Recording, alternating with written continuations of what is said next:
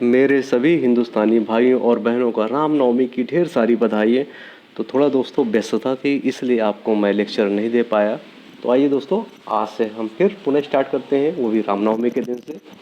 तो चलिए दोस्तों, पहला क्वेश्चन, क्योंकि आज जो क्वेश्चन हम रखे हैं दोस्तों, वो भी सिर्फ आचार्य रामचंद्र शुक्ल के ही जो इम्पोर्टेंट कथन है उन्हीं को लेकर आया हूँ, क्योंकि 90% जो है कथन जो पूछता है वो आचार्य रामचंद्र शुक्ल से ही पूछता है। और ये किसके बारे में कथन कहा गया है ये भी इम्पोर्टेंट है, उसको भी लेकर आया हूँ। तो चलिए दोस्तों, आप लोग बस देखते रहिए, क्योंकि बहुत ही इम्पोर्टेंट टॉप 40 मैं लेकर आया हूँ आचार्य रामचंद्र शुक्ल का कथन। तो पहले कथन के बारे में हम चर्चा करते हैं। तो सभी कथन दोस्तों आचार्य रामचंद्र शुक्ल ही है, और ये किसके बारे में कहा गया है जो इम्पोर्टेंट है, यानी यहाँ से भी क्वेश्चन पूछता है ये कथन किसका है और ये किसके बारे में कहा गया है। बहुत डीपली जाएगा तो वो किसके बारे में कहा गया है पूछेगा। तो पहला कथन लेते हैं हम। विलक्षण बात है कि आधुनिक गद्य साहित्य की परंपरा का प्रवर्तन नाटक से हुआ है। तो ये दोस्तों कथन किसका है, आपको पता ही है सभी कथन किसके, आचार्य रामचंद्र शुक्ल के हैं। तो इसको भी रट लीजिएगा, ये कथन कई बार पूछा गया है। आइए दूसरे कथन की हम चर्चा करते हैं। तो इस वेदना को लेकर उन्होंने हृदय की ऐसी अनुभूतियाँ सामने रखी जो लोकोत्तर है। कहाँ तक वे वास्तविक अनुभूतियाँ हैं और कहाँ तक ये अनुभूतियों के रमणीय कल्पना यह नहीं कहा जा सकता। तो ये कथन भी आचार्य राम शुक्ल जी का है, लेकिन ये किसके बारे में कहा गया था, ये महादेवी वर्मा के बारे में कहा गया था। तो ये भी रट लीजिए कि ये कथन किसका है और किसके बारे में कहा गया था। इनकी रहस्यवादी, अगले कथन को लेते हैं दोस्तों। इनकी रहस्यवादी रचनाओं को देख चाहे तो ये कहे कि इनकी मधुवर्षा के मानस प्रचार के लिए रहस्यवाद का पर्दा मिल गया, अथवा यूँ कहे कि इनकी सारी प्रणनुभूति ससीम पर कूदकर असीम पर जा रही। तो ये याद रखिएगा, इनकी रहस्यवादी रचनाओं को देख। तो यही बस इतना ही पॉइंट याद कर लीजिए आप, आगे आपको याद करने की ज़रूरत नहीं, आपके आप पकड़ ही लेंगे। तो ये भी रामचंद्र का कथन है, और ये किसके लिए कहा गया था, ये आपके जयशंकर प्रसाद के बारे में ये कथन कहा गया था। कबीर की अपेक्षा खुसरो का ध्यान भाषा की ओर अधिक था, यानी कबीर की अपेक्षा जो है खुसरो की ध्यान की भाषा की ओर अधिक था। तो ये भी कथन आपका रामचंद्र शुक्ल का है। जायसी के श्रृंगार में मानसिक पक्ष प्रधान है, शारीरिक गौड़ है। तो ये भी आपका रामचंद्र शुक्ल का ही कथन है। तो रट लीजिए दोस्तों शुक्ल के कथन, क्योंकि शुक्ल के आपके 90% कथन आपके शुक्ल के ही आते हैं। अगर आपको ना याद हो तो आप आंख बंद करके शुक्ल के ही कथन में मार दीजिए। तो पहला, आइए छठवां देखते हैं। इसमें कोई संदेह नहीं कि कबीर को राम नाम रामानंद जी से प्राप्त हुआ, पर आगे चलकर कबीर पर राम रामानंद से भिन्न हो गए। तो ये भी आपका आचार्य रामचंद्र शुक्ल का है। भारतेतनु ने जिस प्रकार हिंदी गद्य की भाषा का परिष्कार किया, उसी प्रकार काव्य की ब्रज भाषा का भी। तो ये भी है, ये भी आपका बहुत इंपॉर्टेंट है। 8वें में चलते हैं। काव्य की पूर्ण अनुभूति के लिए कल्पना का व्यापार कवि और श्रोता दोनों के लिए अनिवार्य है। बैर क्रोध का आचार्य बुरब्बा, ये तो वेरी मोस्ट इम्पॉर्टेंट है, इसका जिक्र मैं पहले ही कर चुका हूँ दोस्तों, पिछले लेक्चर में ही इसका किया था। ये बहुत इंपॉर्टेंट है ये कथन आपका। तो ये भी आपका सभी यानी रामचंद्र शुक्ल के ही है, तो बताने की कोई आवश्यकता नहीं है। जो इम्पोर्टेंट होगा किसके बारे में कहा गया है वो आपको बता दूंगा।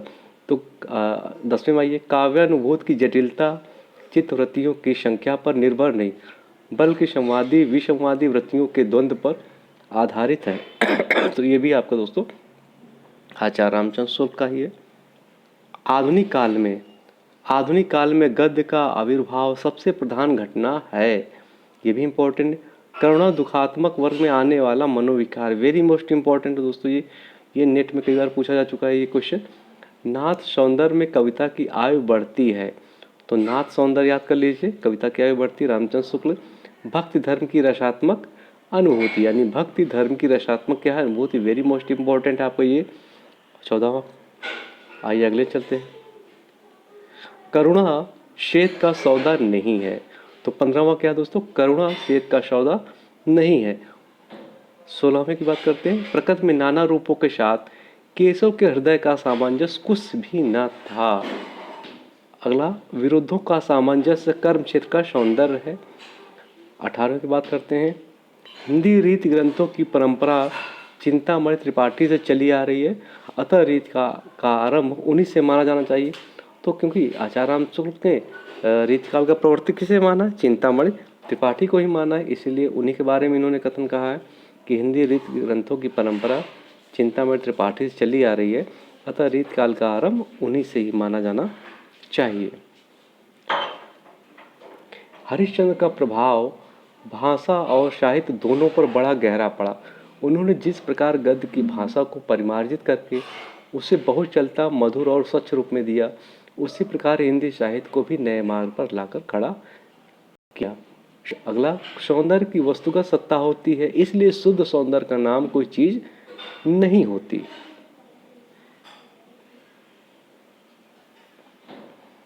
यह सूचित करने की आवश्यकता नहीं है कि ना तो सूर का अवधि पर अधिकार था और ना जायसी का ब्रज भाषा पर। ये भी आपको इम्पोर्टेंट ही है। धर्म का प्रवाह कर्म, ज्ञान और भक्ति इन तीन धाराओं में चलता है। इन तीनों में सामंजस्य धर्म अपनी पूर्ण सजीव दशा से रहता है, किसी एक भी अभाव में यह विकलांग रहता है। अब यहाँ से दोस्तों इम्पोर्टेंट कुछ, इनकी भाषा ललित और सांगप्रास होती थी। यह चिंतामणि त्रिपाठी के बारे में कहा था, क्योंकि इन्होंने चिंतामणि त्रिपाठी को ही रीतकाल का प्रवर्तक माना है, तो ये वेरी इंपॉर्टेंट है। इनकी भाषा ललित और सांगप्रास होती थी। भाषा चलती होने पर भी अनुप्रास युक्त होती थी। ये बेनी प्रवीण के बारे में कहा गया है, तो ये भी रख लीजिए। आइए अगले चलते हैं। इस ग्रंथ को इन्होंने वास्तव में आचार्य के रूप में लिखा है, कवि के रूप में नहीं। वेरी इंपॉर्टेंट कथन है दोस्तों ये आपको कई बार पूछा गया। इस ग्रंथ को इन्होंने किस में लिखा है?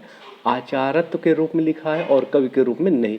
ये महाराजा जशवंत सिंह, क्योंकि उनकी ग्रंथ थी भाषा भूषण, बहुत इंपॉर्टेंट है, कई बार पूछता है ये ग्रंथ, इनके ग्रंथ भी रख लीजिए। तो इन्होंने महाराजा जशवंत सिंह पे ये कथन कहा था कि इस ग्रंथ को, यानी कौन से ग्रंथ को, भाषा भूषण को इन्होंने वास्तव में किस रूप में लिखा है? आचार्य के रूप में लिखा है, कवि के रूप में नहीं। इनका एक एक दोहा हिंदी साहित्य में एक एक रत्न माना जाता है। तो किसका एक दोहा? ये बिहारी के बारे में कहा गया है। इसमें तो रस के ऐसे छींटे पड़ते हैं जिसमें हृदय कलिका थोड़ी देर के लिए खिल उठती है। तो बिहारी और बिहारी सत्सई के बारे में, क्योंकि बिहारी सत्सई में कितने दोहे हैं? सर्वमान कितना है दोस्तों? 719 दोहे। अगर आचार्य रामचंद्र सूक्त के अनुसार पूछा जाएगा तो 700, अगर रत्नाकर के उपलक्ष्य में पूछा जाएगा तो 713। तो तीनों रट लीजिए आप लोग।